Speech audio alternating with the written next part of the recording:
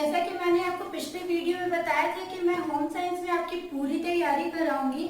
उससे रिलेटेड आपको पता होगा कि हमारे सिलेबस में शरीर क्रिया विज्ञान यानी फिजियोलॉजी है, तो मैं उसके बारे में उसका एक छोटा सा टॉपिक है कोशिका। ठीक, तो मैं आज शुरुआत भी हमारे उसी से, हमारे शरीर की शुरुआत भी उसी से होती है। तो मैं समय न गवाते हुए मैं कोशिका के बारे में आपको बताऊंगी। ठीक है, कोशिका है क्या? सबसे पहले हम ये जानते हैं कि कोशिका है क्या। ठीक, तो कोशिका क्या है? हमारे शरीर की सबसे सूक्ष्मतम इकाई। बस लोग बोलते हैं कि कोशिका क्या है, हमारे शरीर की सबसे सूक्ष्मतम इकाई। नहीं, हमारे शरीर की वो सबसे सूक्ष्मतम कार्यात्मक इकाई है। ठीक है, तो कोशिका क्या है? हमारे शरीर की आधारी सूक्ष्मतम कार्यात्मक इकाई है। ठीक, A cell is the basic structural and functional unit of life। हमारे जीवन की जो सबसे आधारीय संरचनात्मक और कार्यात्मक इकाई है सेल। ठीक, अब ये संरचनात्मक क्यों है? हम ये जानते हैं कि ये संरचनात्मक क्यों है। ठीक, हम इसको कहते क्यों है क्या संरचनात्मक? पहला, आप देख रहे हो कि हमने अलग अलग प्रकार की कोशिकाओं को बनाया है। ठीक है, तो सबसे पहले आप देखो कनेक्टिव टिश्यू। हर कोशिकाओं का अपना एक आकार है, अलग आकार। ठीक, तो आप देख रहे हो कि कनेक्टिव टिश्यू जो कि जिसका कोई आकार नहीं है। ठीक, ब्लड सेल्स है, ब्लड सेल्स में भी जो आपके दो प्रकार के होते हैं, व्हाइट ब्लड सेल्स का कोई आकार नहीं होता है ब्लड, लेकिन जो आरबीसी होता है वो क्या होता है? गोल एवं चपटे उभयताल आकार का होता है। ठीक, फिर उसके बाद आते हैं मस्कुलर सेल। मस्कुलर सेल को देख रहे हो और किनारे से कोने में क्या होता है? पतला होता है, बीच में थोड़ा चौड़ा होता है। नर्वस सेल आप देख रहे हो कि आकार। अब हम ये कह सकते हैं ना कि जो कोशिकाएं हैं वो क्या है? अलग अलग आकार की होती है। ठीक, हमें समझ में आ गया कोशिकाएं क्या है? अलग अलग आकार की हैं। फिर उसके बाद फंक्शनल यानी कि कार्य। अगर हम कार्य भी देखें तो कोशिकाएं क्या होती हैं? सब कोशिकाओं का अपना एक विभिन्न, एक अलग कार्य होता है। ठीक है, जैसे कनेक्टिव टिश्यू, जैसे कि आपको नाम से ही समझ में आ रहा होगा कि कनेक्टिव टिश्यू यानी कि कनेक्ट करने का काम करता है। तो हमारे अंग जहां से भी घूमते हैं वहां पे इस प्रकार के सेल्स पाए जाते हैं जो कि एक दूसरे को कनेक्ट करते हैं। अगर इसका एक पर्टिकुलर आकार हो जाएगा तो फिर ये कनेक्ट कैसे करेगा? तो इसका एक अलग कार्य हो गया। रेड ब्लड सेल्स हमारे बॉडी में अलग कार्य करता है। मस्कुलर सेल ये क्या करता है? हमारे बॉडी में अलग तरीके से कार्य करता है। नर्वस सेल ये इसका अलग कार्य है। ये हमारी मतलब हमारे ब्रेन से, हमारे जो ब्रेन है उसमें जो हमारी सूचनाएं होती है उनको पहुंचाने का भी काम करता है। ठीक है, तो इस प्रकार से आप देखोगे। इसके प्रकार का जब मैं प्रकार पढ़ाऊंगी तो फिर इसके बारे में भी बताऊंगी। तो आप देख रहे हो कि सबका एक अलग अलग कार्य है। तो हम अब कह सकते हैं कोशिकाओं को कि क्यों वो स्ट्रक्चरल है, क्योंकि अलग अलग शेप, सबके अलग अलग शेप है। फिर उसके बाद हम क्यों कह सकते हैं कि फंक्शनल है, सबका अपना एक अलग अलग कार्य है। ठीक है, तो हमें अब हम इस डेफिनेशन को समझ में आ गया ना कि हम किस तरीके से अलग कर सकते हैं। ठीक, अब हम कह सकते हैं कि जो कोशिकाएं हैं, जो हमारा जो प्रकृति है, प्रकृति में आप देखो कि हर चीजें क्या है? सजीव चीजों से और निर्जीव चीज, दो चीजें मिलती हैं हमारी प्रकृति में। तो जो भी सजीव चीजें हैं उसका क्या होती है? वो किस प्रकार से सजीव है? क्योंकि उसमें कोशिका पाई जाती है। ठीक, कोशिका ये क्या करता है? सजीव और निर्जीव को अलग अलग काम, अलग अलग करने का काम करता है। इसलिए हम कह सकते हैं all living thing is made up by cell. जो हमारी जो भी जितनी भी सजीव वस्तुएं हैं, जितनी भी सजीव चीजें हैं, वो किसके द्वारा बनी हुई है? वो सेल्स के द्वारा बनी हुई है। ठीक है, अब हम उसको थोड़ा सा अब ये देखते हैं कि कोशिकाओं के बारे में थोड़ा सा और जानते हैं, अपने डेली लाइफ से रिलेट करते हैं। ठीक है, सबसे पहले आप देखते हो कि हमारा, अगर हम कहें कि घर की सबसे सूक्ष्मता और छोटी इकाई क्या है, हम ये कहेंगे हमारा घर किससे? ईंटों से मिलकर बना हुआ है। कई सारे ईंट जब आपस में मिलते हैं तब जाके हमारा घर बनता है ना। ठीक है, तो हमारे घर की सबसे सूक्ष्मतम इकाई क्या है? ईंट है। उसी तरीके से हमारे शरीर की सबसे सूक्ष्मतम इकाई क्या है?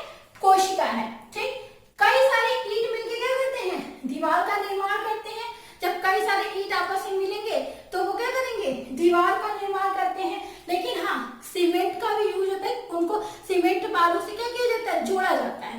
उसी तरीके से हमारे बॉडी में जो कोशिका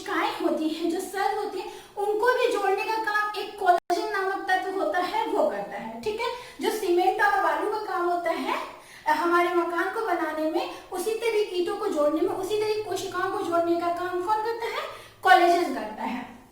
ठीक, आपने देखा ईंटों से मिलकर क्या बन रहा है? दीवार बन रहा है। उसी तरीके से कई सारी कोशिकाएं प्लस समान कार्य करने वाली, समान कार्य। जब एक जैसे कार्य को करने वाली जो कोशिकाएं होती हैं आपस में एक दूसरे के साथ मिलती हैं तो वो किसका निर्माण करती है? ऊतक का निर्माण करती हैं। ठीक है, फिर उसके बाद जब हम ये कहते हैं कि अब क्या, अब यहाँ पे दीवार बन गया, अब जब हम कई सारी दीवारों का जो समूह होगा, यानी कि हम वर्गाकार बना रहे हैं कि आयताकार बना रहे हैं, जिस भी आकार का बना रहे हैं अपना कमरा जो बना रहे हैं, जब कई दीवारों का जब हम संयोग मतलब जुड़ता है तो क्या बनता है? कमरा बनता है। उसी तरीके से जो ऊतक है, जब कई सारे ऊतक आपस में जुड़ते हैं तो वो किस चीज का निर्माण करते हैं? अंग का निर्माण करते हैं। अब अंग में आप क्या समझोगे? अंग क्या कहते हैं कि हमारा फेफड़ा क्या है? एक अंग है। हमारा जीभ क्या है? एक अंग है। हमारे होठ क्या है? एक अंग है। हमारा फेफड़ा एक अंग है। हृदय क्या है? एक अंग है। अमाशय, बड़ी आंत, छोटी आंत, ये सभी क्या एक अलग अलग अंग हैं। ठीक है, तो हमारा अंग, अब जब कई सारे अंग आपस में मिलेंगे, जब यानी कि जब हमारा सारा कई सारा अंग जब आपस में मिलेंगे, यहाँ पे भी हमें ये याद रखना होगा कि समान कार्य, यानी कि जो भी अंग होते हैं, जब कई सारे अंग मिलते हैं किसी एक कार्य को करने के लिए, जब वो आपस में एक समूह बनाते हैं तो वो अंग तंत्र कहलाते हैं। अब इस अंग तंत्र में क्या आएगा? आपने जानना होगा श्वसन तंत्र, ठीक, पाचन तंत्र।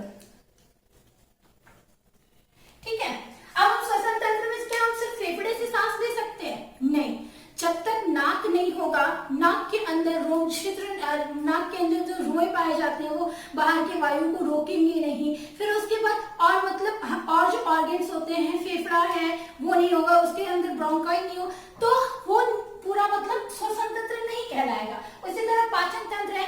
पाचन तंत्र में क्या है? सबसे पहले हम भोजन लेते हैं, भोजन को क्या मुख में डालते हैं, दांत उसको पूरा कुचलता है, जीभ उसका रस लेता है, फिर उसके बाद वो क्या करता है? लार के द्वारा मिलके हमारी ग्रास नली में जाता है, ग्रास नली से फिर उसके बाद हमारे अमाशय में जाता है, अमाशय से फिर उसके बाद वो बड़ी आंत में, छोटी आंत में जाता है, छोटी आंत से फिर बड़ी आंत में, फिर रेक्टम, यानी कि मुख से लेके रेक्टम तक का जो पूरा भाग होता है, पूरा जो सारा अंग होता है वो आपस में एक दूसरे के साथ मिलके किस चीज का कार्य कर रहा है?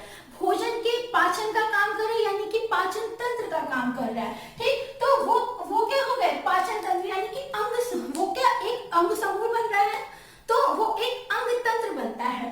तो वो पूरा अंग मिलके क्या कर रहा है? कई सारे अंगों का समूह समान कार्य कर रहे हैं, किसका? पाचन का काम कर रहे हैं, और क्या बना रहे हैं? अंग तंत्र, यानी कि पाचन तंत्र बना रहे हैं। ठीक, आप एक अंग तंत्र को किस तरीके से रिलेट कर सकते हैं? तो हमारे घर है, घर में क्या, घर में हम क्या करते हैं? एक पूजा कर, हम ये नहीं कह सकते सिर्फ एक कमरे से तो हमारा घर बनता नहीं है, हो सकता है 2 ही कमरा हो, 2 कमरे में हम क्या नाम है घर बनाते हैं, लेकिन उन 2 कमरों में भी पर्टिकुलर अलग अलग काम होता है। हम कब क्या किचन बनाते हैं, पूजा का घर बनाते हैं, हम उसके बाद बाथरूम होता है, लिविंग रूम होता है, फिर उसके बाद बेडरूम होता है। इस तरीके से करके कई सारे अलग अलग कार्य होते हैं, हर रूम का अपना एक अलग कार्य होता है। वही होता है जब कई सारे जब रूम आपस में मिलेंगे तब जाके हमारे घर का निर्माण होता है। उसी तरीके से जब अंग तंत्र आपस में मिलते हैं फिर हमारे शरीर का निर्माण होता है। जैसे आप अंग तंत्र है कौन कौन सा, तो फिर श्वसन तंत्र हो गया और पेशीय तंत्र हो गया, फिर उसके बाद कई सारे तंत्र हो गए, उत्सर्जन तंत्र हो गया, पाचन तंत्र हो गया। तो कई सारे अंग तंत्र आपस में मिलकर क्या करते हैं? आपके शरीर का निर्माण करते हैं। अगर आपको मेरा वीडियो अच्छा लगा हो तो लाइक एंड सब्सक्राइब कीजिए, और नेक्स्ट वीडियो में मैं आपके लिए जो कोशिकाएं हैं, कोशिकाओं की हिस्ट्री और कौन कौन से वैज्ञानिकों से जुड़े हुए हैं तथा थ्योरी उसकी क्या है इसके बारे में बताऊंगी। Thank you.